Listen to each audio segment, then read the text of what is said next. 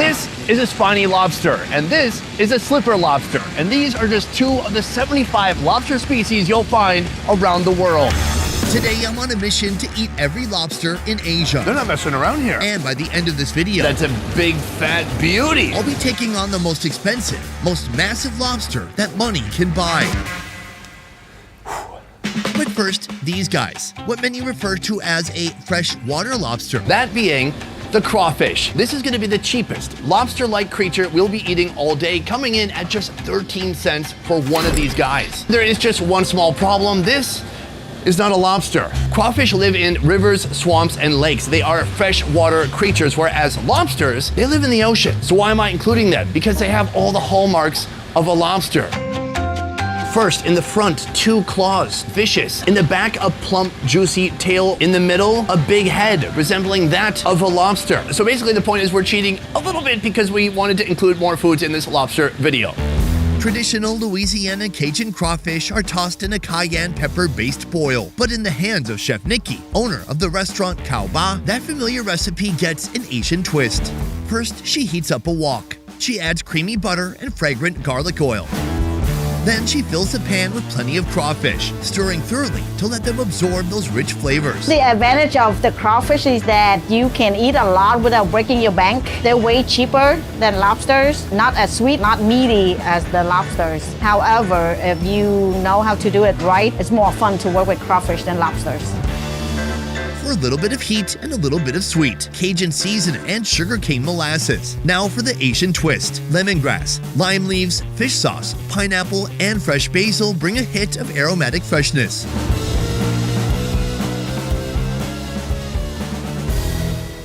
Everything coming from this pot smells fresh and amazing. Here in Vietnam, they utilize everything. And so I want to see what is inside of this claw. And I want to see if I can actually break it. There we go. That's legit. That is our first bite of the day. Oh, small but mighty. It is slightly sweet. It's just like you're barely getting the essence of the flavor of the crayfish. Yes, my body is yearning for something larger and more substantial, like my wife on our wedding night. Wait, what? I meant to talk to my therapist about that, not you guys. Let's move on to the tail meat. The proper way to eat this is you grab the tail, give it a little bit of a twist, then you suck the head. Oh my God, it's quite delicious. I actually do taste that Cajun seasoning. Now that I've sucked the soul out of that body, I'm gonna open up the tail. That is all the meat from one crawfish. That is so delicious. It's almost like a sweet Cajun glaze. There's familiar flavors, but also something new. I'm getting overwhelming sweetness from the pineapple, and I'm getting fresh aromatics from the lemongrass. It's something completely different. It does have a little bit of that lobstery sweetness, but since it's fresh water, it also has some minerality to it too. So it's fairly different from a lobster. I almost wish they could grow a bigger size version of crawfish. Wait. There's a long lineup of lobsters that I'm gonna try in this video, ranging from a few bucks to a few $100s. Some are grilled, while others aren't cooked at all. That's not something you see every day. But before that, let's check out these small but mighty lobsters that cost 8 times more than the crawfish. Our next lobster option is right here, the langoustine. These guys cost about $2.40 a piece. Now these guys are more expensive per pound than the average American lobster, and that's because they're elusive, hard to catch. Langoustines thrive in the cold waters of the North Atlantic Ocean, burrowing into the seabed up to half a mile deep. These particular guys are from Ireland. You could tell because of their Irish accent. Your wife is in me DMs, hey baby! The langoustine is indeed part of the lobster family. They do have claws and they have delicious meat in their tail. The next step is to turn them into something delicious. Right after being caught, these langoustines are parboiled, flash frozen, and shipped to restaurants all around the world. Soon these guys will be transformed into an elegant ceviche. After peeling, the langoustines get a sprinkle of salt and pepper, followed by a drizzle of olive oil. A quick torch adds a touch of smokiness while keeping the inside raw and delicate. Next, the flavors are elevated with fresh lemon zest and a pinch of chili powder. And a little more olive oil. Now onto the sauce. Fresh green apple and amberella juice are extracted, then gently heated and seasoned with a touch of sugar and salt. With all the elements ready, it's time for the assembly. A bed of pomelo pulp serves as the base for our Irish langoustines.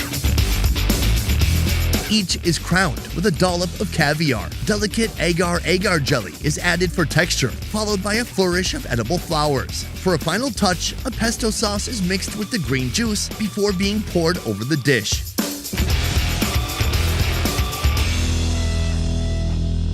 I don't want to ruin it by eating it. It's so gorgeous. There's flowers on it. It looks like it was put together by children with small hands, but actually it was made by a full-sized dude. Thanks, Chef Dude. Here's the thing, langoustine, I have had it raw, plucked straight from the ocean. It was so good. But here what they've done is added a lot more flavor. My idea is to use my fork and hand together and position it in my mouth.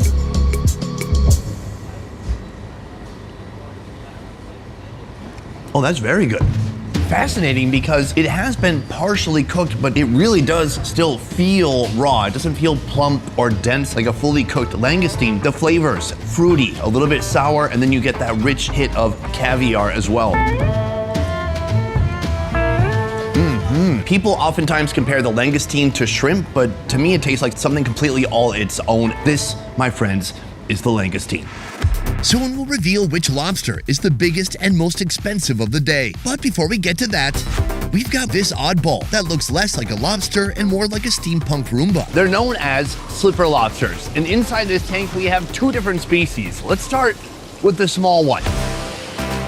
Oh, it's flat. It looks like it got ran over by an 18-wheeler. Instead of having the long antenna like a spiny lobster, it has this, a flat, flappy antenna right in front of its eyeballs. Those flat antennas help them burrow into the sea floor, making them experts in camouflage. Though they're found worldwide, these lobsters were caught right here in Vietnam. The price for one of these little guys is $18.50. Wowza. And that's for the little one. Let's go check out the big one. This one's gonna be rowdy. Yeah, buddy. This is the big version of what we just saw. For one guy like this, it costs $117. I'm gonna try to open his tail. Let's see what happens. Scared the shit out of me.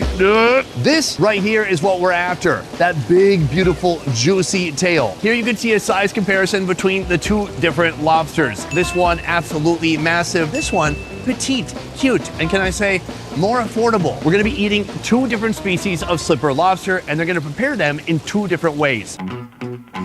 Start by infusing hot water with lemongrass and lime leaves. Drop in both species of slipper lobster, then simmer for 10 minutes, allowing the bright aromas to seep through their shells. When all the lobsters turn the same shade of orange, they're ready for the next step. Split them open and reveal the tender, succulent meat inside.